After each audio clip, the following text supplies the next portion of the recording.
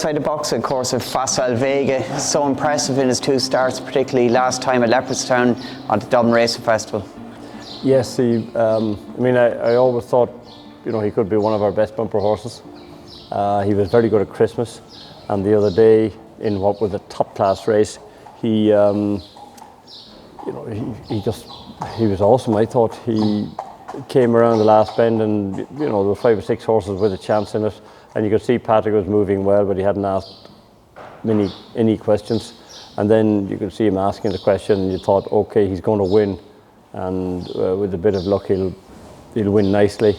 And then about halfway up the straight, he just got down to gallop, and he just was very impressive from there on home. I think that was the point. He got down to gallop. The way he got down and lengthened in the last furlong was very taken, very fluent. Yeah, he's a nice tall horse, but he's not a big fat horse. He's very efficient. He's he's perfect size and perfect athlete. And when he got down to gallop, he just lengthened and just drew away from a real good field of bumper horses. So that means a lot, I think.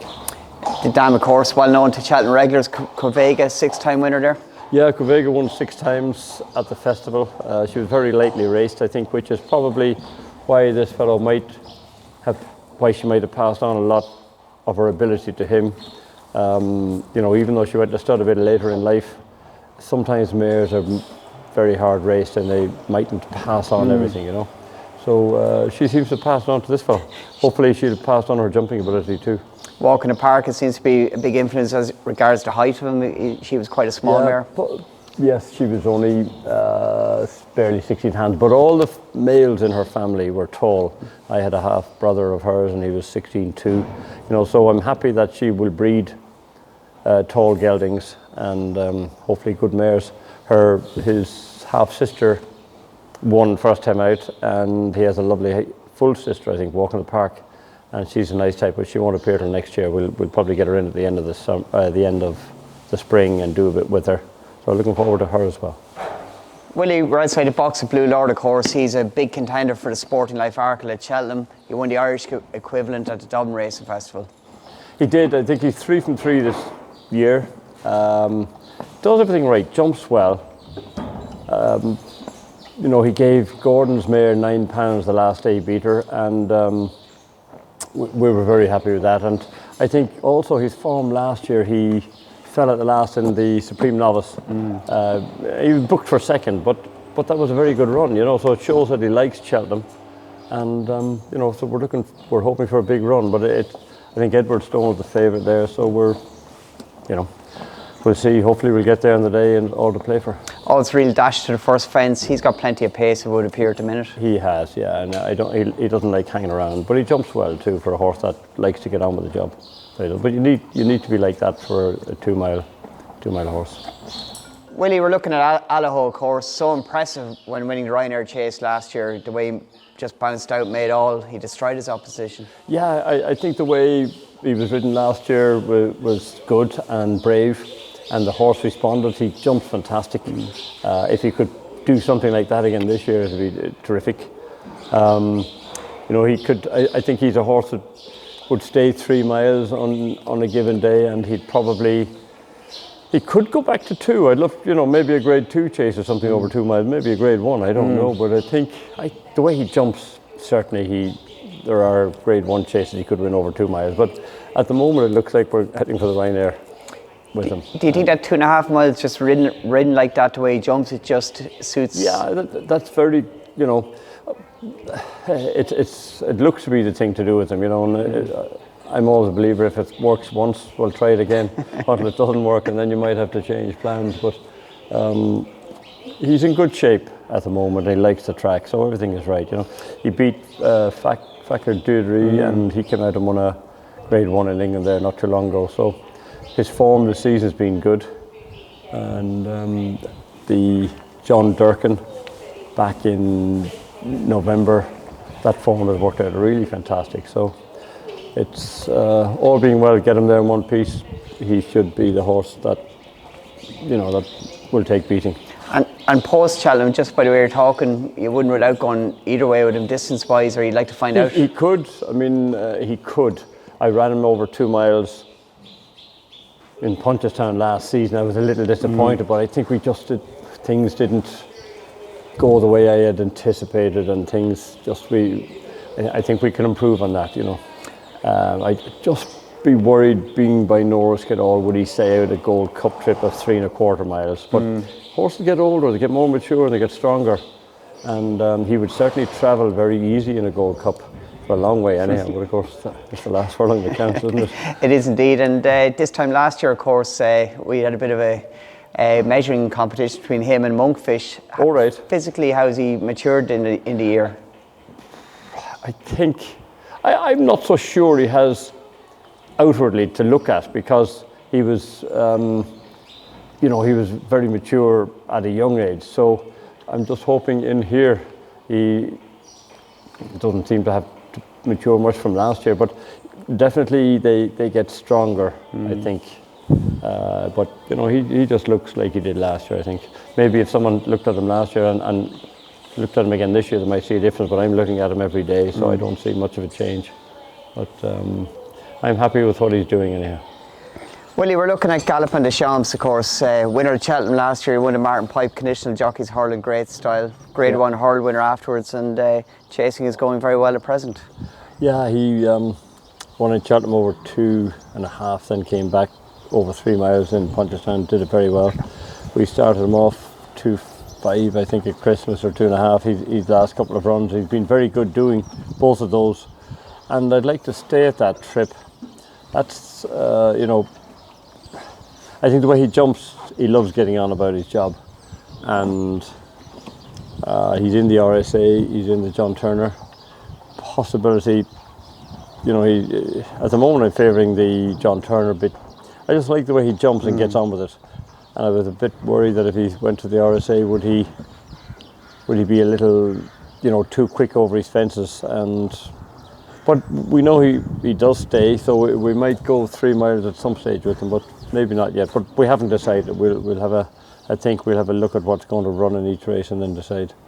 He almost ended up in Martin Pipe accident last year, a couple of ornery runs in Limerick and a Leopardstown afterwards. But well, we still can't figure out why he ran so bad in Limerick. I mean, that was extraordinary, given the form he has since. It doesn't add up for us, We don't have any excuse. It doesn't add up. It's a run we have been worried about. Why? Anyhow. Punchestown after Cheltenham is very impressive, and as I said, that was 3 miles in Punchestown, and the pace he's shown 2.5 this year, obviously is that jumping or just natural? I think it's jumping, well, probably ability too, because we've always thought a lot of him, and you think a lot about a good few horses, but they don't come out and prove it to you, and this fella has. So we're very happy with him, and I'm happy with him over the shorter trip as well. It doesn't bother me, I think. Willie, the familiar white blaze of Sir Gerhard, of course, won the Cheltenham Bumper last year, beating Kilcrut. Yeah, lots of stamina doing that. He won a point. Even though he's flatbred and not particularly with a lot of stamina, but I think the dam could be by authorised, if I'm right, which bang on might, probably puts that bit of stamina into him, and so he has options in Cheltenham, Supreme Novice, Ballymore. I wouldn't be afraid to run him in either one. So we'll see where we go with him. But I was delighted the way he won his maiden hurdle. I thought he was very professional. I was disappointed then when he came out in the novice hurdle at Dublin Racing Festival. He didn't jump as well, and he seemed to be distracted. He was looking all around him, which was a little disappointing. Whether I put cheek piece on the next day, maybe it was just the day that was in it. I know Paul banged him out in front, and it's probably a lonely place for a horse, having his second run over hurdles, but maybe that's all. He just wanted with a bit of a lead, or something upside him. But anyhow, he was a little distracted that day, but still managed to win, so that's good. I think I'll leave it open where he goes for the festival. And on his jumping, the third last, when he got a bit company, it was the second last of the day. He actually was very smart at that hurdle when he had a horse beside him. Yeah, I mean, I thought he was very professional at Christmas. That's why I was so disappointed. But I'd rather found that out there, and we can maybe do something with it, than going to Cheltenham. So at least we're forewarned before we go to Cheltenham. And long term, obviously, Cheltenham's a big day as a novice hurler for him. Yeah. Do you see him as more chasing type in the future or long term Well, hurler? what he did at Christmas, I thought, well, maybe this fellow will stay hurdling because he's so good. You know, I think on the day we might have said he looked a little bit like 14 the way he jumped and what he did. But we'll let him tell us that as he goes forward. You know, we'll have Cheltenham hopefully, and we'll have Punchestown, and that will give us an insight to what we want to do next year, whether we want to stay hurdling or whether we want to go chasing. And you mentioned the Sky Bet Supreme Novice Hurl and the other option, a longer trip, 2 weeks out from the race. How do you work that in your head? Is it just... We'll see what horses are fit and able to race when it comes declaration time and what jockeys are available and what other horses might be running in either of those two races. I've no doubt this fellow's no problem going either race. You know, he has the speed. If I didn't run him at Dublin Racing Festival, I said he'd definitely go for the Supreme Novice. After the other race, I would say maybe we should be looking at the Ballymore. So, anyhow, we'll make that decision when the time comes. Willie, we're looking at Dysart Dynamo, 4 from 4, 2 bumpers, 2 hurls, won the Sky Bet Moscow Flyer in great style at Punchestown last time. He did. A lot of ability, big strong horse who likes to get on with the job. You know, Paul says he'd settle if you want to drop him in behind something. He's also in both races. He's in the Supreme Novice and the Ballymore. What he did the last time Punchestown was very impressive. I mean, I think he had everything, looked like he had everything cooked by the stone wall, and that's a long way from home. So you'd be thinking Supreme Novice, so he jumps very well. So, but you could have the option to go the other way as well.